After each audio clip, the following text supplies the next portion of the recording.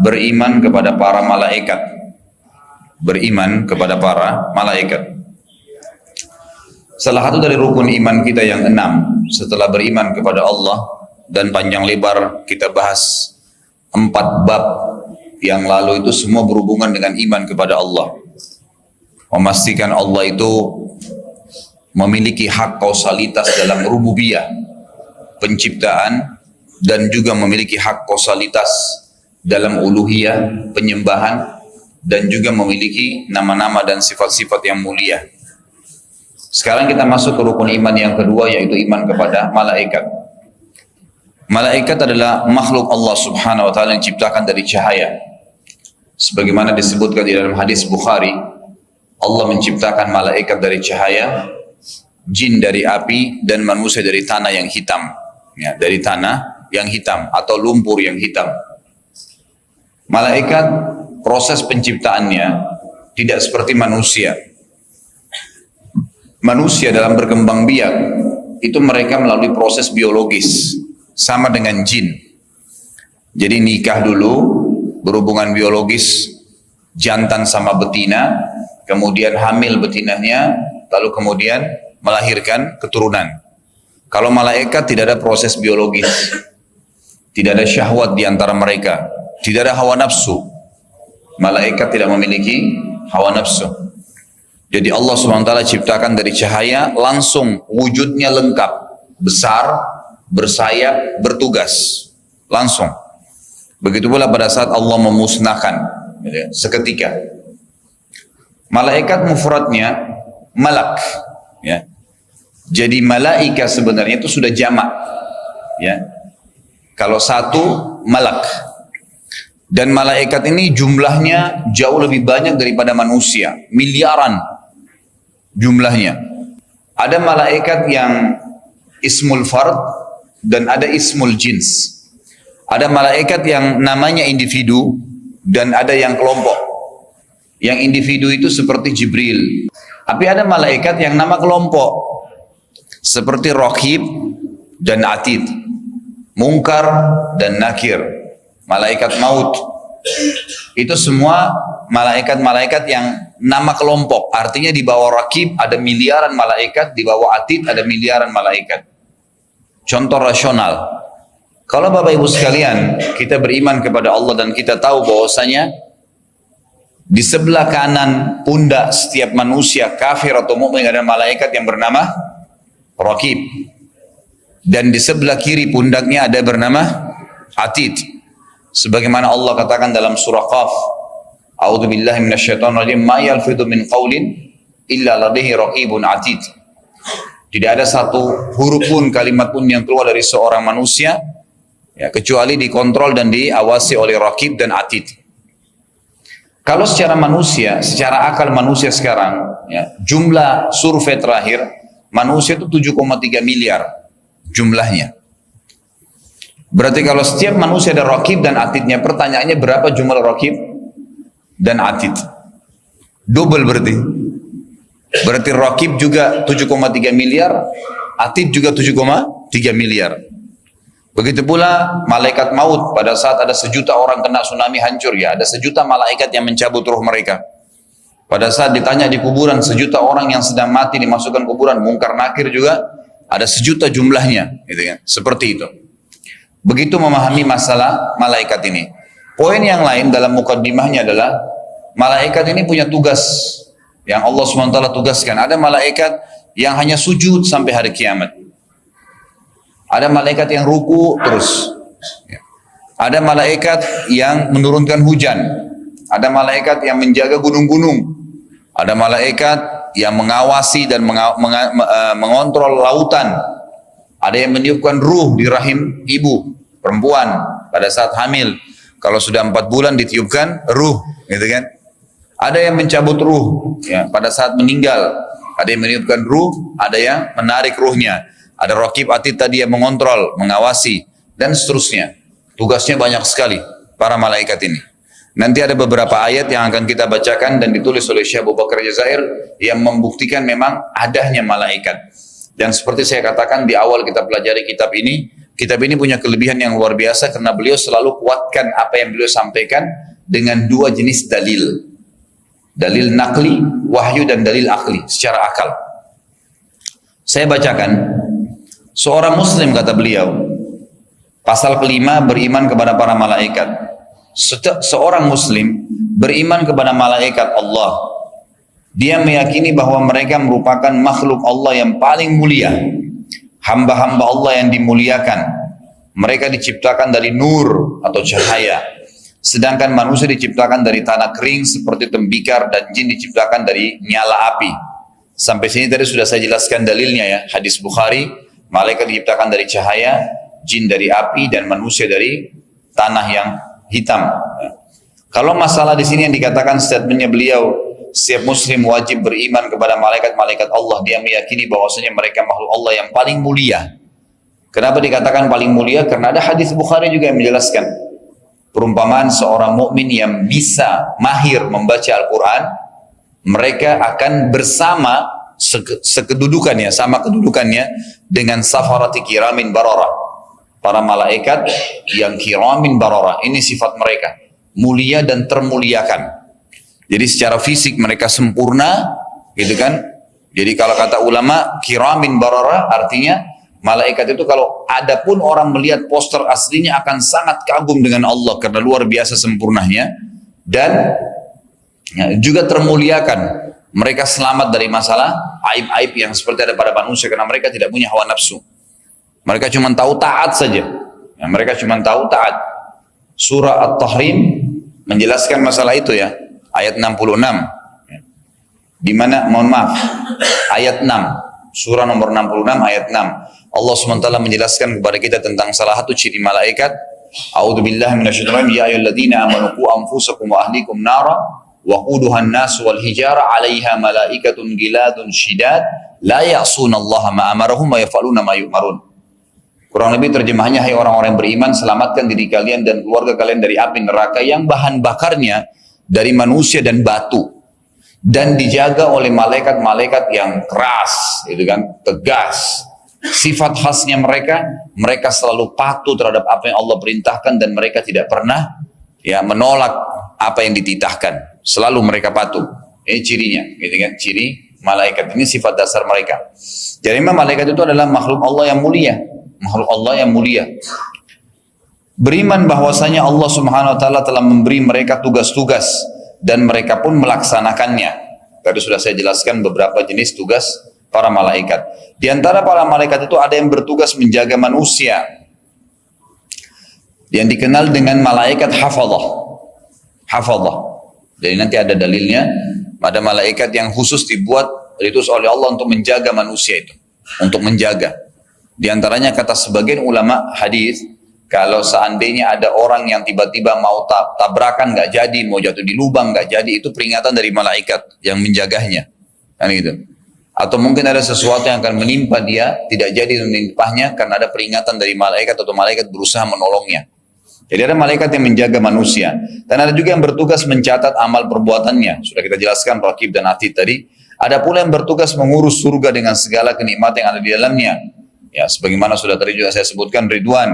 Ada pula yang mengurus neraka dan segala azab yang ada padanya yang dipimpin oleh Malik.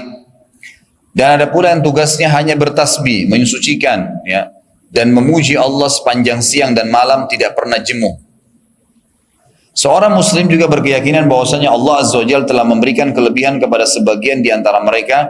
Maka di antara mereka ada para malaikat muqarrabun yang memang Allah khususkan. Jadi di kalangan malaikat pun ada malaikat-malaikat pilihan. Sebagaimana di manusia juga ada pilihan. Seperti para nabi dan rasul itu dipilih oleh Allah SWT. Di kalangan malaikat pun ada. Ya.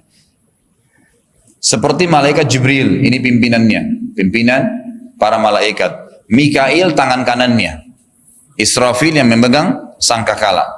Sedangkan yang lainnya berada pada deretan berikutnya. Jadi ini 3 malaikat yang memang disebutkan secara khusus.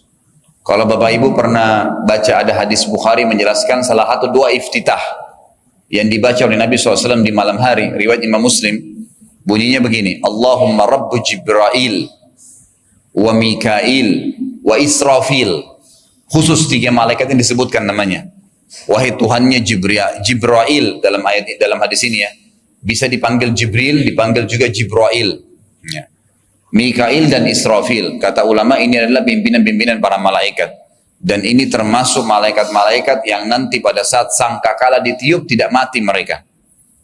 Nah kan nanti ada ayat Al-Quran yang membunyi A'udzu billahi minasyaitonir rajim fa idza nufikha fis-sur fasa'ika man fis samawati wal ardi illa man Allah. Kalau sudah ditiup sangkakala yang pertama, maka hancur semua yang ada di langit dan di bumi. Sa'ik ini kalau semua yang bernyawa, semua yang bergerak jadi mati, nggak bisa bergerak lagi. Manusia, jin, semua malaikat pun. Illa man Allah. Yang di langit dan di bumi semua hancur kecuali yang Allah inginkan. Kata para ulama tafsir, yang Allah inginkan adalah di pimpinannya adalah Jibril, Mikail, Israfil. Ini nggak bakal mati. Mereka nggak musnah. Kemudian pemikul singgasananya Allah. Nanti ada ayatnya, ada 8 malaikat khusus memikul singgasananya Allah Azza wa Jalla. Kemudian malaikat penjaga neraka dan surga, dan begitu pula bidadari dan bidadara yang ada di surga. Semua itu mereka tidak kena ya gangguan atau goncangan dari sangkakala yang ditiup.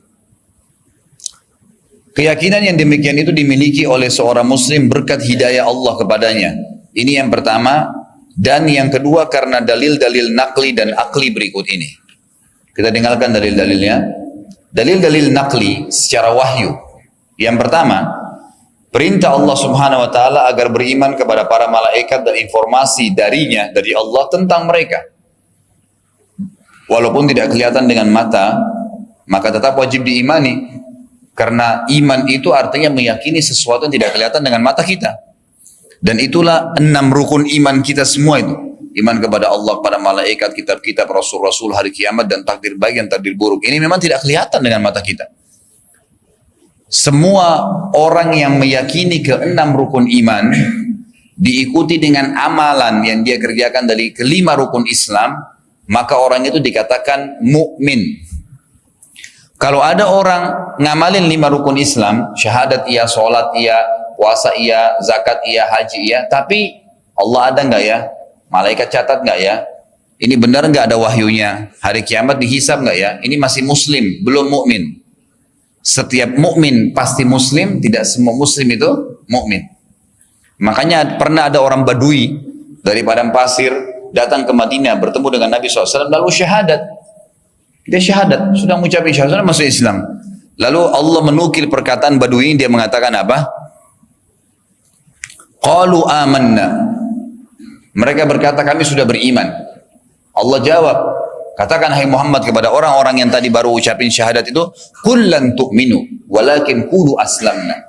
Katakan kepada mereka kalian belum beriman, kalian baru berislam. Belum beriman. Karena iman itu mengharuskan ada diikuti dengan ke-6 rukun iman. Wajib yakin, baru bisa. Kalau enggak berarti dia masih muslim, masih level yang di bawahnya. Seperti dianggap orang yang baru mengucapkan syahadat. Jadi kalau anda masih ragu, maka berarti anda masih di level muslim. Tidak pindah ke level yang setelahnya. Itu kan itu adalah mukmin, dan level di atasnya lagi ada muhsin ya. Muhsin itu orang yang selalu merasa diawasi oleh Allah, bukan lagi cuma sekedar yakin. Dia selalu merasa diawasin, ada orang, nggak ada orang, dia tidak akan maksiat, dan kalaupun dia mau beribadah, dia akan beribadah tanpa tunggu dilihat oleh orang lain. Itu sudah tingkat yang lebih tinggi lagi, namanya muhsin. Allah Subhanahu wa taala Tuhan kita merupakan rukun iman yang pertama yang kita wajib imani, dan sudah 4 pasal kemarin. 4 bab membahas tentang iman kepada Allah. Sudah panjang lebar saya jelaskan. Bagi Bapak Ibu yang tidak sempat ikutin bisa lihat di YouTube atau di website nanti. Bahasan Minhajul Muslim pasal 1 sampai pasal 4 itu semua bicara tentang mengenal Allah Subhanahu wa taala. Allah sebagai Tuhan kita memerintahkan kita agar beriman kepada malaikat-malaikatnya, dan datang langsung rukun iman kedua setelah iman kepada Allah Subhanahu wa taala. Dan itu jelas dalam ayat yang Allah kekalkan dalam Al-Qur'an surah An-Nisa ayat 136. A'udzu billahi minasyaitonir rajim. Wa may yakfur billahi wa malaikatihi wa kutubihi wa rusulihi wal yaumil akhir faqad dhalla dhalalan ba'ida.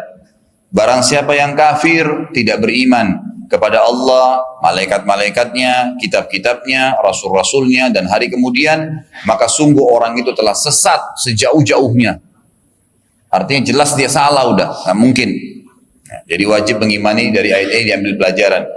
Kemudian juga dalam surah Al-Baqarah ayat 98 Allah SWT tekankan, A'udzu billahi minasyaitonir rajim, man kana aduwwan lillahi wa malaikatihi wa rusulihi wa Jibril wa Mikala fa innallaha aduwwun lil kafirin. Barang siapa yang menjadi musuh bagi Allah, malaikat-malaikatnya, rasul-rasulnya, Jibril dan Mikail, pimpinan malaikat dan wakilnya, maka sungguhnya Allah adalah musuh bagi orang-orang yang kafir. Tentu Jibril ini dan Mikail sering kali disebut ya, tetapi yang disebutkan cirinya secara khusus itu memang Jibril alaihissalam. Karena Nabi SAW bertemu dengan Jibril dalam poster aslinya sebagai malaikat 2 kali. Yang pertama di gua Hira, setelah terima Iqra bismi rabbikal ladzi khalaq, hilang tiba-tiba kan Jibril dalam poster manusia pertama.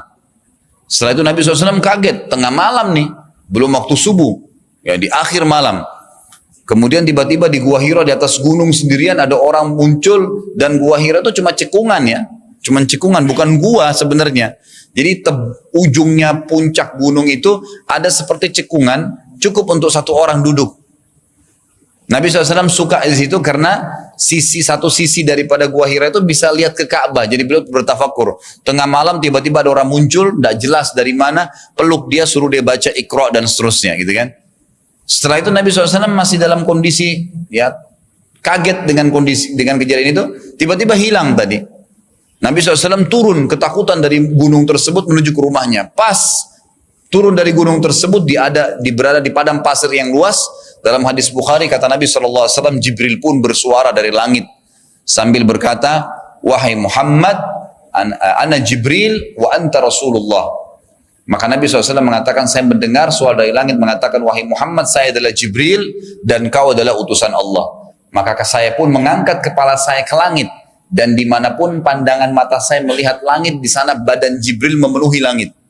Ke timur, ke barat, ke utara, ke selatan penuh. Dan Allah karuniai Jibril 600 ekor sayap, yang kalau satu sayapnya dikebaskan bumi ini, maka akan hancur bumi ini.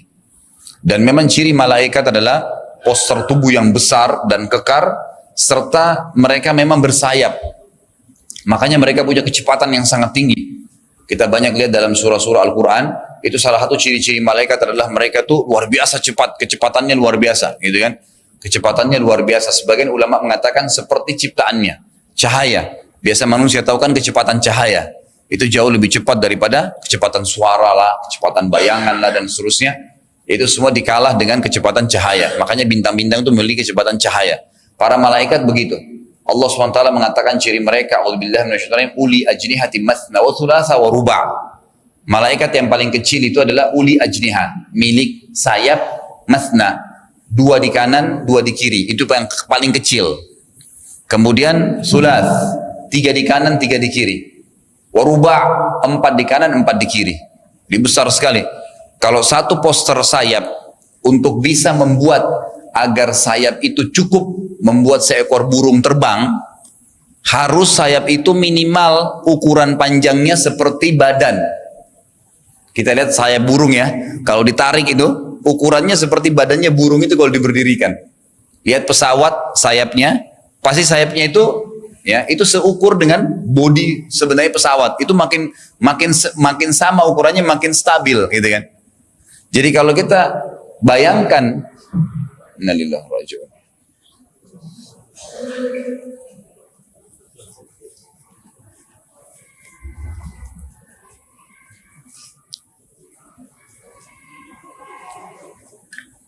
Bismillah.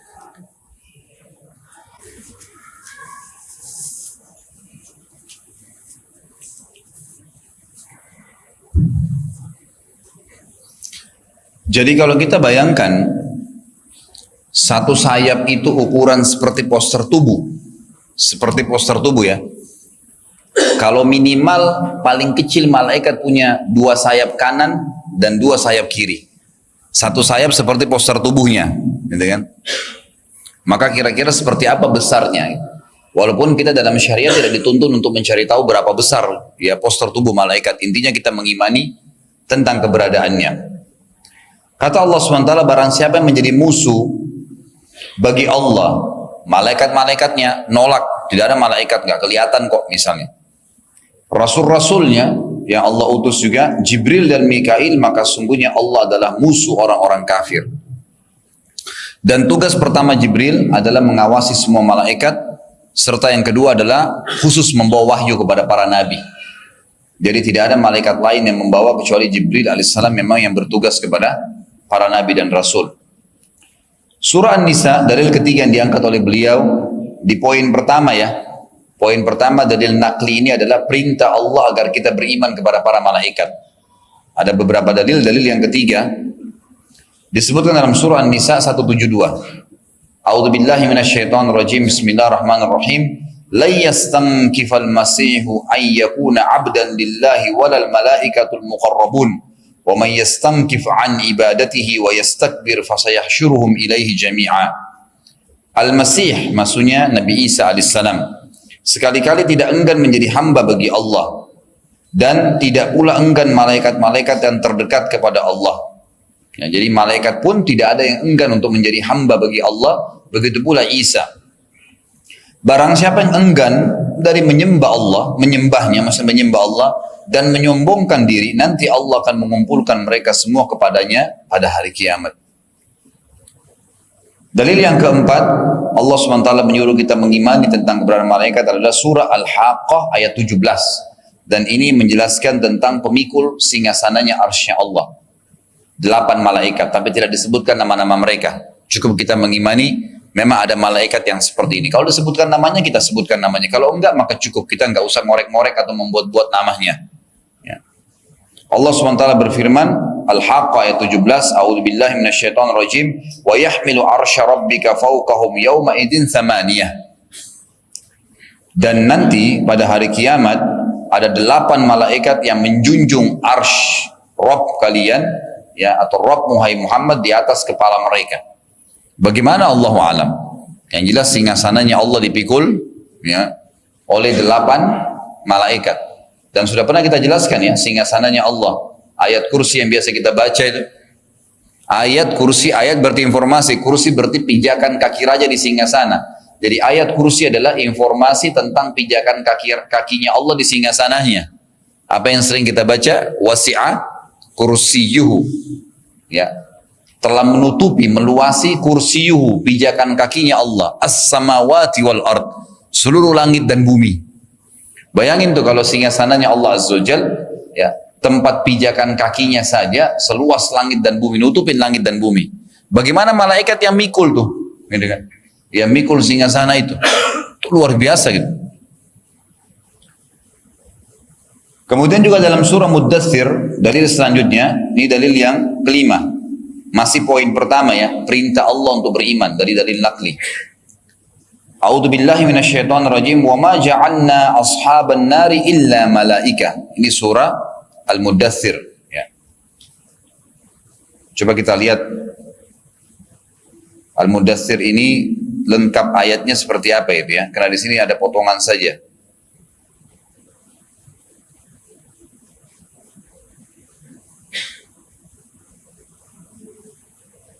Ayat 31.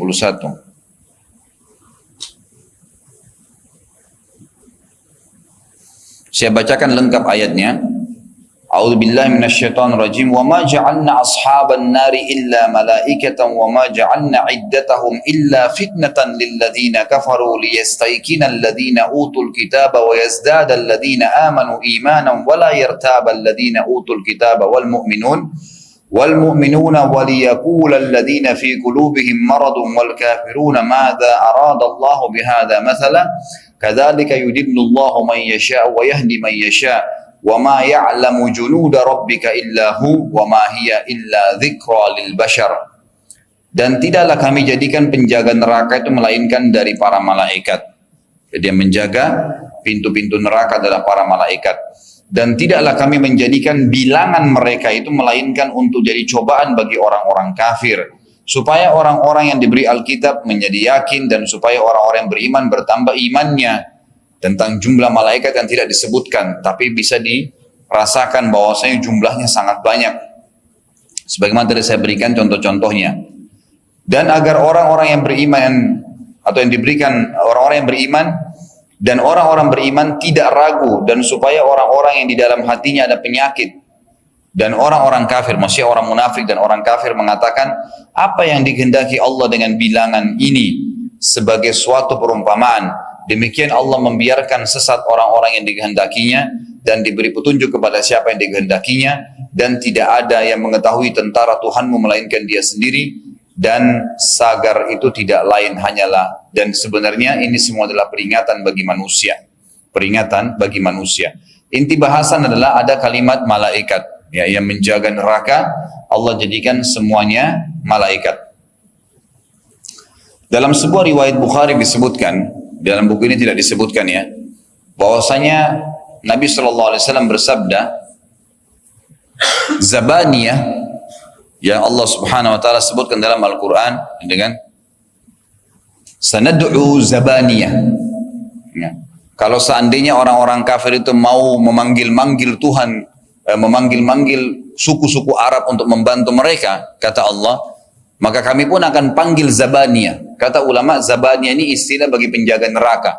Dalam hadis Bukhari disebutkan, kalau seseorang menunggangi kuda dengan kecepatan tinggi, dengan perjalanan 100 tahun, kecepatan tinggi kuda, 100 tahun jalan non-stop, maka seseorang yang tadi menunggangi kuda itu tidak atau belum bisa melewatin leher Zabaniyah yang menjaga neraka dari pundaknya.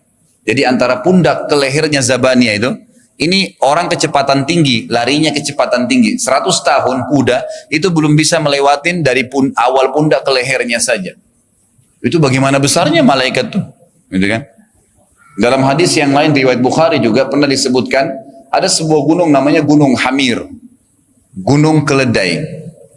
Gunung ini kalau Bapak Ibu lagi kebetulan ke Madinah, pas mau menuju ke Mekah naik bus, habis checkpoint di Madinah itu sekitar 10 km, sebelah kiri ada gunung besar warna merah, seperti punggung keledai. Apa kata Nabi SAW? Demi zat yang jiwaku dalam genggamannya, nanti pada hari kiamat, punggung orang-orang kafir di neraka akan dibesarkan seperti gunung ini.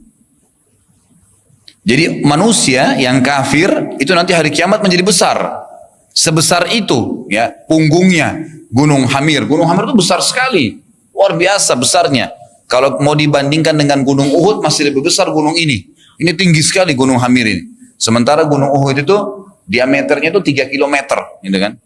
Ini lebih besar, mungkin 2-3 kali lipat dari Gunung Uhud besarnya gunung itu. Orang kafir akan dibesarkan sebesar itu di hari kiamat. Sementara yang menyiksa orang-orang kafir di neraka siapa? Para malaikat. Maka secara akal sehat nggak mungkin malaikat itu lebih kecil daripada orang manusia yang disiksa, gitu kan? Pasti mereka lebih besar, gitu. Emang mereka lebih besar, gitu. Kemudian dalam firman Allah SWT juga disebutkan Ar-Ra'd ayat 23 dan 24. Ini dalil yang ke-6, masih di poin pertama. A'udzubillahi minasyaitonirrajim wal malaikatu yadkhuluna 'alaihim min kulli bab. Salamun 'alaikum bima sabartum. Sedang malaikat-malaikat nanti pada saat penghuni surga masuk, dan insya Allah kita termasuk di antara mereka. Pada saat nanti orang-orang surga masuk ke surga, maka para malaikat masuk ke tempat-tempat mereka dari semua pintu sambil mengucapkan salamun alaikum bima sabartum. Keselamatanlah atas kalian berkat kesabaran kalian. Nanti kita masuk surga, begitu masuk ke pintu surga insya Allah, maka malaikat-malaikat kita akan lihat dengan mata kepala kita sendiri. Mereka akan masuk, kemudian nanti akan menyampaikan selamatan buat kalian. Selamat, mengucapkan selamat bagi penghuni surga. Jadi mereka juga ngomong. Gitu kan?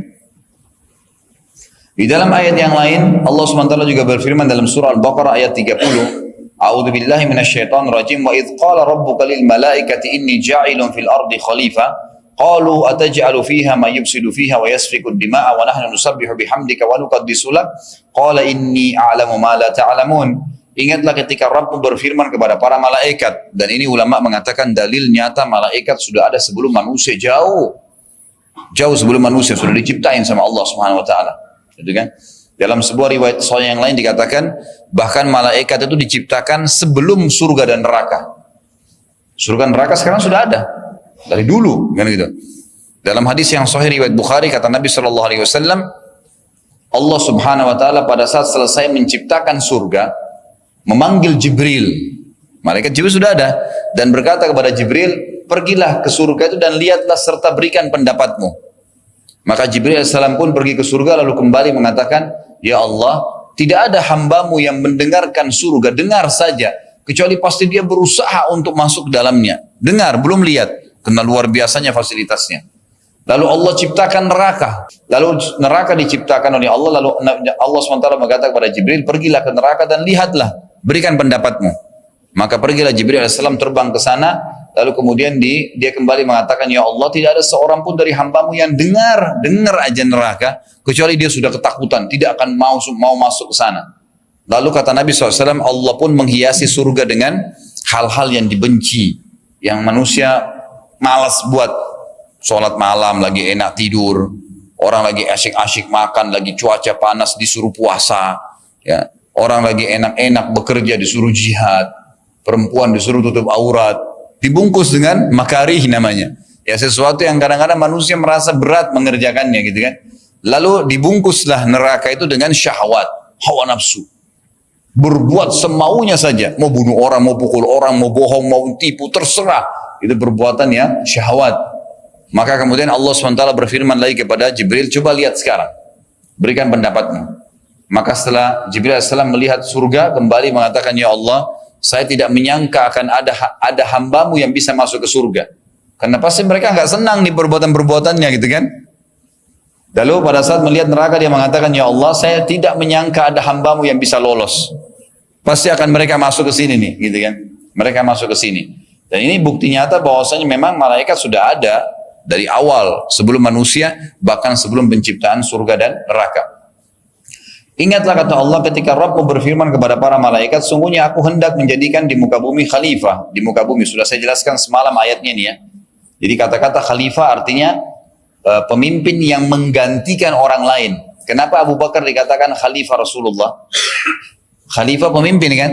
Tapi sekaligus pengganti orang sebelumnya, itu diistilahkan dengan khalifah. Ya, jadi kalau raja pertama itu tidak dikatakan khalifah sebenarnya. Jadi dia penyambung, gitu kan? Makanya dikatakan khulafa rasyidin, ya, pengganti-pengganti Rasulullah yang memang mendapatkan petunjuk. Rasyidin itu dapat petunjuk. Ya. Jadi dikatakan khalifah. Kenapa dikatakan khalifah? Karena Allah ingin menciptakan manusia sebagai pemimpin yang menggantikan kepemimpinan jin yang ada di muka bumi sebelum mereka. Karena memang jin sudah ada. Makanya pada saat Allah SWT ciptakan Adam lalu suruh malaikat semua sujud, iblis kan sudah ada di situ. Berarti mereka iblis ini dan golongan syaitan sudah ada sebelum manusia. Dan mereka memang disepakati ulama sudah ada di muka bumi. Aku hendak menjadikan seorang khalifah, pengganti daripada jin-jin itu di muka bumi. Mereka berkata para malaikat, mengapa engkau hendak menjadikan khalifah di muka bumi? Orang-orang yang akan membuat kerusakan padanya dan menumpahkan darah. Maksudnya seperti jin-jin nanti itu sama aja. Padahal kami ini para malaikat senantiasa bertasbih dengan memuji dan mensucikanmu. Rabb berfirman, sungguhnya aku lebih mengetahui apa yang tidak kalian ketahui. Yang kedua, dalil nakli, bahwasanya benar malaikat itu adalah berita dari Rasulullah SAW. Masih dalil nakli wahyu ya. Tadi itu ayat-ayat saja, ada kurang lebih 6-7 ayat. Sekarang kita masuk ke hadis Nabi SAW. Berdasarkan sabda Nabi SAW dalam doa salat malam beliau, ini tadi yang saya sebutkan ya. Allahumma Rabba Jibrail wa Mikail wa Israfil, Fatir as-samawati wal ard, alimul ghaibi wa syahada, anta tahkumu baina ibaduka fima kanu fi yakhtalifun, ihdini lima ikhtalifa fi minal haqqi biidnik, innaka tahdi man tasha'u ila siratal mustaqim. Hadis ini sahih riwayat Imam Muslim ya. Ya Allah, Rabbnya Jibril, Rabbnya Mikail dan Rabbnya Israfil, pencipta langit dan bumi, yang maha mengetahui alam gaib dan alam nyata. Engkaulah yang akan memberikan keputusan di antara hamba-hambamu di dalam apa yang mereka perselisihkan di dunia. Tunjukkanlah aku dengan izinmu kepada kebenaran yang diperselisihkan oleh mereka itu. Sesungguhnya engkaulah yang dapat memberi petunjuk kepada siapa saja yang engkau kehendaki kepada jalan yang lurus. Saksi bahasan ada penyebutan nama Jibril, Mikail dan Israfil. Beliau juga bersabda, ya di dalam hadis yang sahih riwayat Imam Ahmad,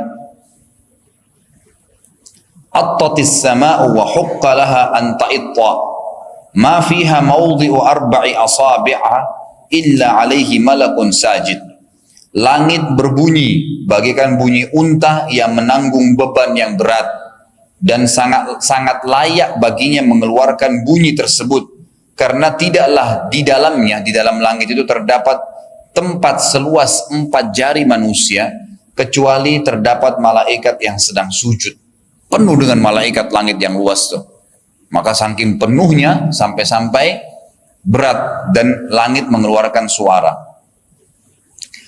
Dalil selanjutnya hadis yang ketiga adalah hadis riwayat Ibnu Abi Hatim, Tirmidzi dan juga Ibnu Majah dan Imam Ahmad. Kata Nabi SAW, innal baital ma'mura yadkhuluhu kulla yawmin 70,000 malakin thumma la ya'udun. Sesungguhnya Baitul Ma'mur, sebuah tempat di langit, ya. Kalau di sini disebutkan sebuah masjid di langit ketujuh yang dikelilingi malaikat, letaknya sejajar dengan Ka'bah. Menurut beliau, ya ini ada pendapat para ulama. Jadi tempat tawafnya para malaikat. Kalau Ka'bah tawaf kita, manusia dan jin. Kalau Baitul Ma'mur dia langit ketujuh itu untuk para malaikat.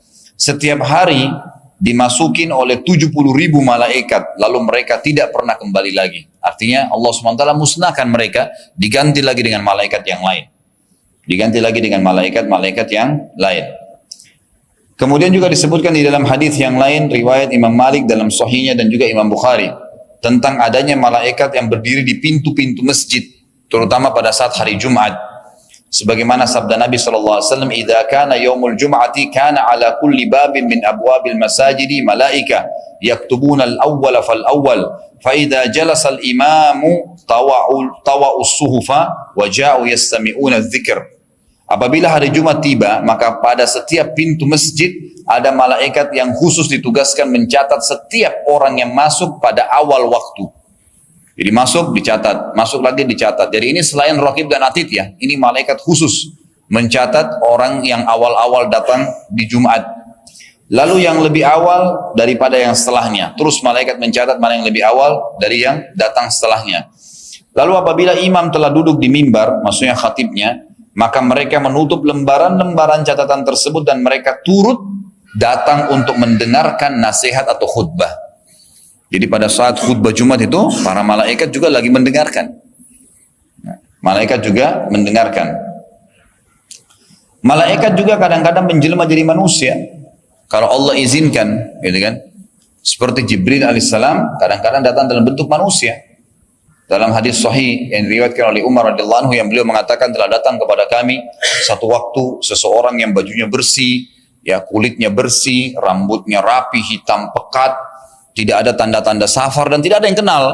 Datang tiba-tiba duduk di depan Nabi SAW, lalu meletakkan lututnya di lutut Nabi SAW, lalu mengatakan, "Wahai Muhammad, beritahukan kepada saya tentang Islam." Lalu Nabi SAW jelaskan apa itu Islam. Kemudian dia mengatakan, "Engkau benar." Kata Umar, kami pun heran, kok dia yang tanya, dia yang benerin.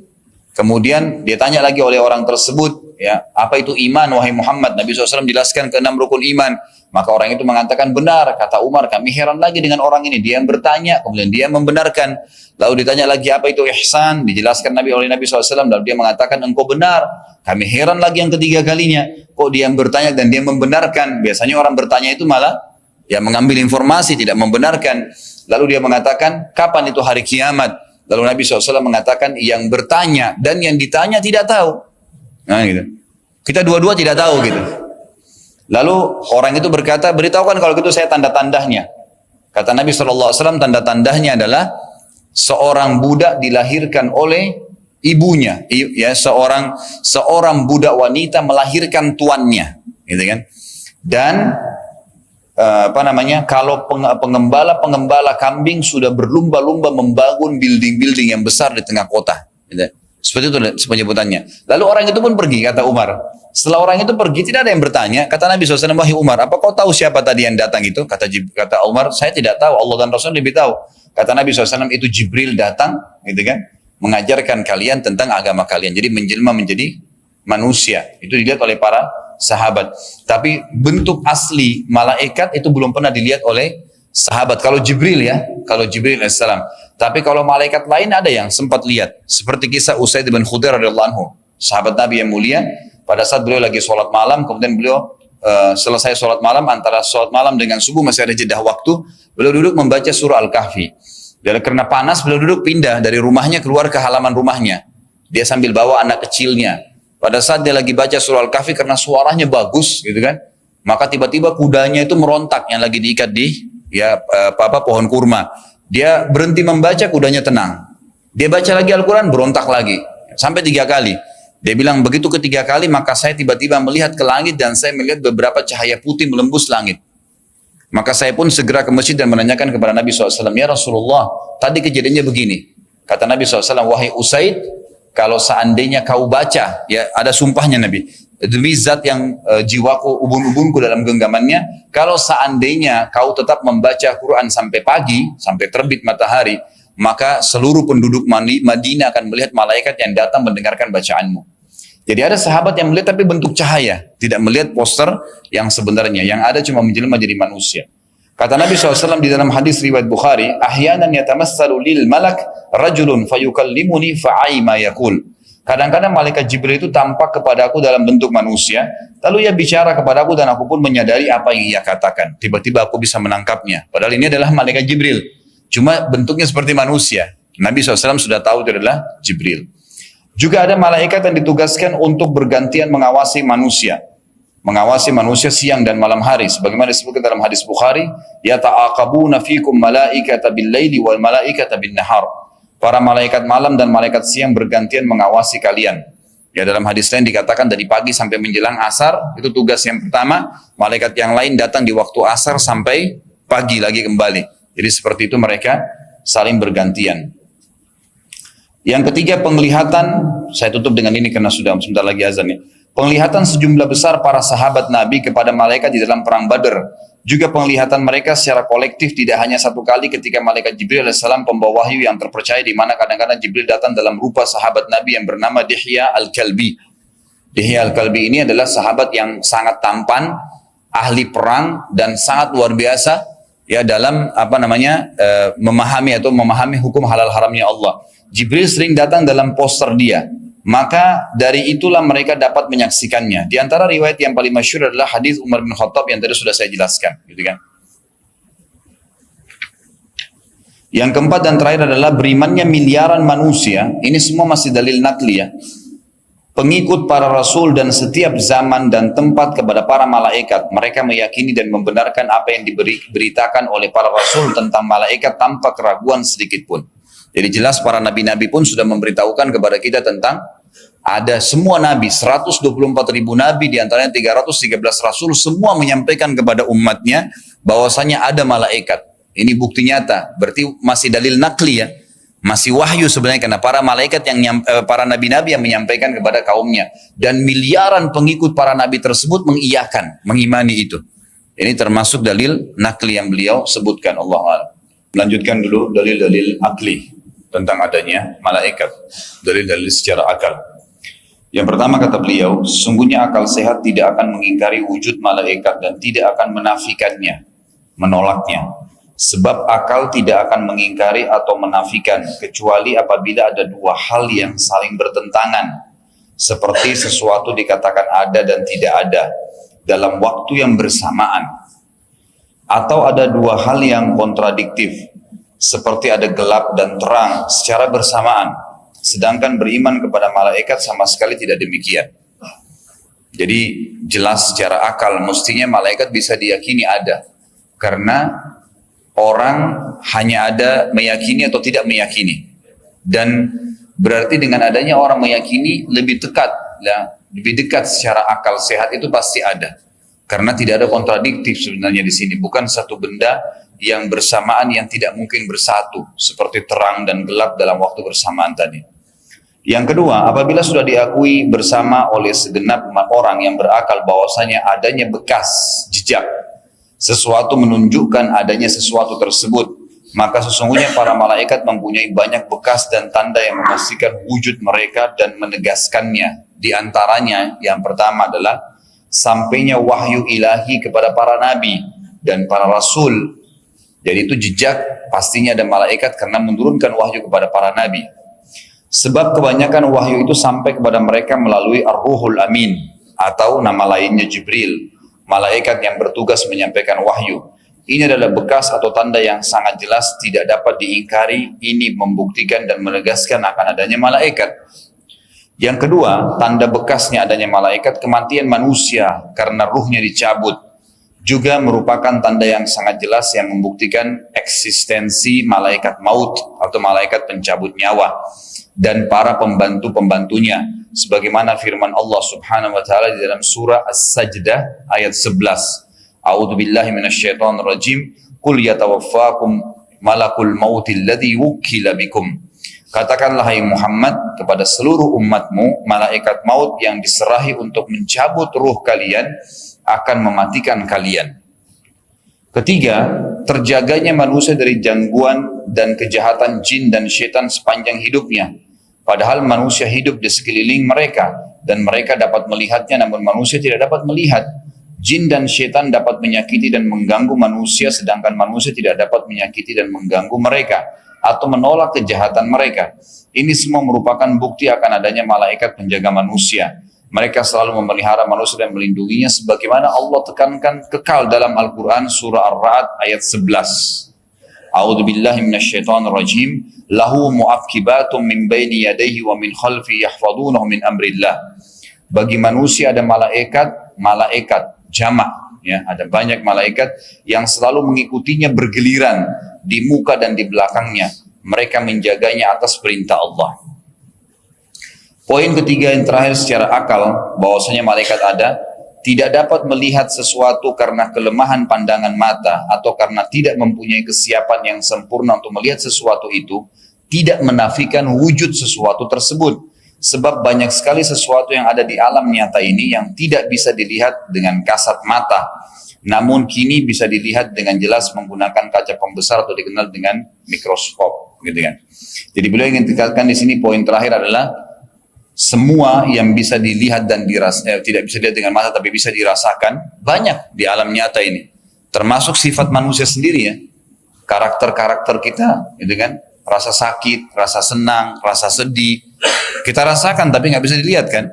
Berarti ada sesuatu yang kita bisa rasakan di alam kita ini tapi nggak kelihatan. Nah itu tidak menafikan wujudnya karena ada. Begitu pula dengan malaikat itu, begitu pula dengan malaikat.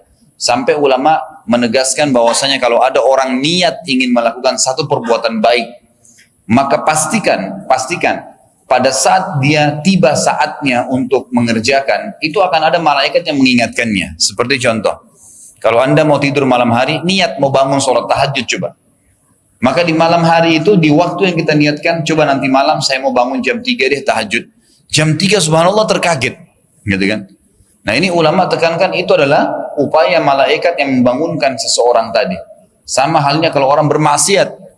Pada saat dia bermaksiat, yang membuat dia ragu melakukan, itu siapa? Malaikat yang mengingatkan dia. Gitu kan? Campur tangan malaikat. Jangan, itu zina. Jangan kau ambil, nanti kamu kebongkar kalau kamu mencuri. Jadi banyak peringatan dari malaikat. Cuman dari sisi lain, syaitan yang memang menjadi korin kita, melawan itu, berusaha. Enggak apa-apa, enggak ada yang lihat dan seterusnya. Nanti tinggal manusia ngikutin yang mana. Tapi ini menandakan sebagaimana syaitan ada menggoda manusia, maka malaikat ada juga menjaga manusia. Tapi mereka juga punya batas-batas tertentu yang tidak bisa mereka lampau.